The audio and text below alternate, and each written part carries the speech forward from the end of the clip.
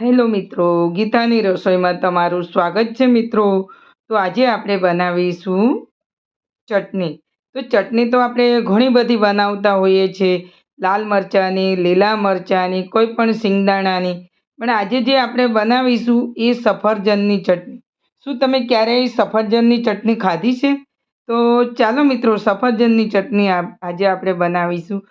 આ ચટણીને તમે એની સાથે કંઈ પણ જામ ખાતા હોય તો પણ તમે જામને પણ ભૂલી જશો, એવી ચટણી સરસ એ બને છે. તો ચાલો બનાવીએ આપણે સફરજનની ચટણી.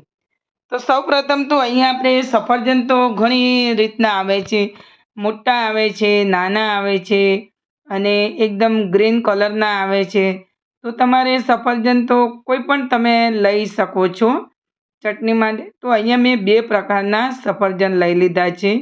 એક મોટું છે અને બે નાના છે. તો કોઈ પણ તમે બનાવી શકો છો ચટણી.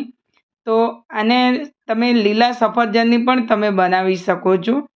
તો સફરજનને તો એમાં તમારે ખટાશ વાળી બનાવવી હોય તો તમે ખાટા પણ તમે લઈ શકો છો. તો હવે અહીંયા આપણે બંને પ્રકારના લઈ લીધા છે. અને નાના છે એ થોડા ખાટા એવા આવતા હોય છે ને મોટું છે એટલે એકદમ મીઠું હોય છે અને થોડું એકદમ કણીદાર હોય છે. તમે કોઈ પણ સફરજન તમે લઈ શકો છો. તો હવે આને આપણે ટુકડા કરી લેવાના છે. ટુકડા એટલે કે તમે એને મિક્સરની અંદર પણ તમે એને ક્રશ કરી શકો છો અને ટુકડા પણ કરી શકો છો. તો અહીંયા આપણે ચોપર લઈ લીધું છે.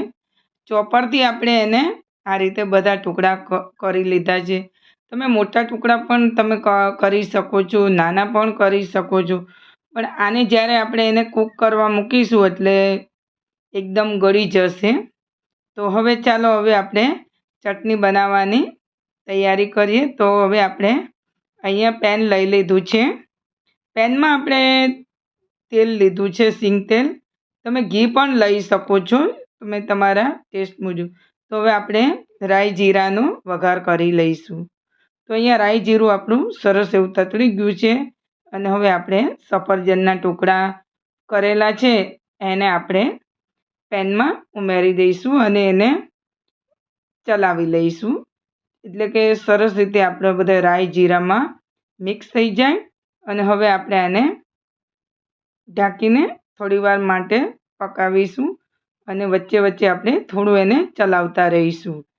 તો હવે એને થોડી વાર માટે આપણે એને ઢાંકીને હવે ખોલીને ચેક કરી લઈશું. તો સફરજનને આપણે એકદમ કૂક થતાં વાર નથી લાગતી. તો તમે જોઈ શકો છો હલકા એવા સોફ્ટ થઈ ગયા છે. તો હવે આપણે એને થોડા થોડા આપણે એને દબાવતા જઈશું અને થોડા એના મેશ કરી દઈશું. ટુકડા આપણે થોડા મોટા એવા જ રાખવાના છે, બહુ બારીક એવા નથી કરવાના. તો આ રીતે હવે એમાં આપણે સરસ ટુકડા આપણા થઈ ગયા છે અને ગોળ અહીંયા લઈ લીધો છે અને થોડી ખાંડ લીધી છે. તમે ચાહો તો એકલા ગોળથી પણ બનાવી શકો છો, તમે એકલા જ ખાંડથી પણ બનાવી શકો. પણ અહીંયા આપણે બંને ઉમેરેલા છે એટલે કે ટેસ્ટ આપણો એટલો સરસ આવે. તો હવે આપણે આ બધું મિક્સ કરી દઈશું અને ખાંડને ગોળ આપણો સરસ એવો મેલ્ટ કરી દઈશું અને સરસ રીતે આપણે એને બધું મિક્સ કરી દઈશું. તો સરસ રીતે આપણું મિક્સ થઈ ગયું છે.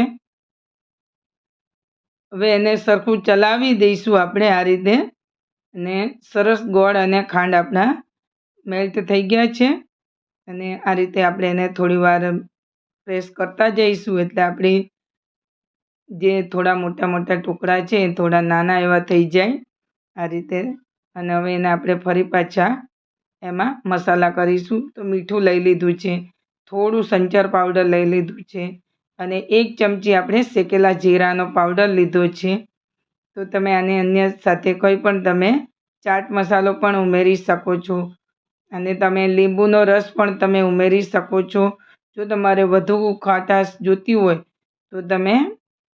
અને હવે ફરી પાછું આપણે એને અડધી મિનિટ માટે એને રાખીશું અને હવે ખોલીને ચેક કરી લઈશું. તો જોઈ શકો છો સરસ એવી આપણી ચટણી તૈયાર થઈ ગઈ છે. તો હવે આપણે લાલ મરચું અહીંયા આપણે કાશ્મીરી લાલ લીધું છે, મોળું એવું છે, મીડિયમ. અને હવે આપણે એને આ રીતે ચલાવી દઈશું અને ગેસ પણ આપણે બંધ કરી દીધો છે.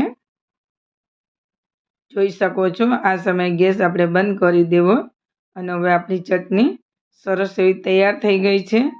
તો તમે જોઈ શકો છો મિત્રો. તો હવે એને આપણે સર્વિંગ પ્લેટમાં લઈ લઈશું.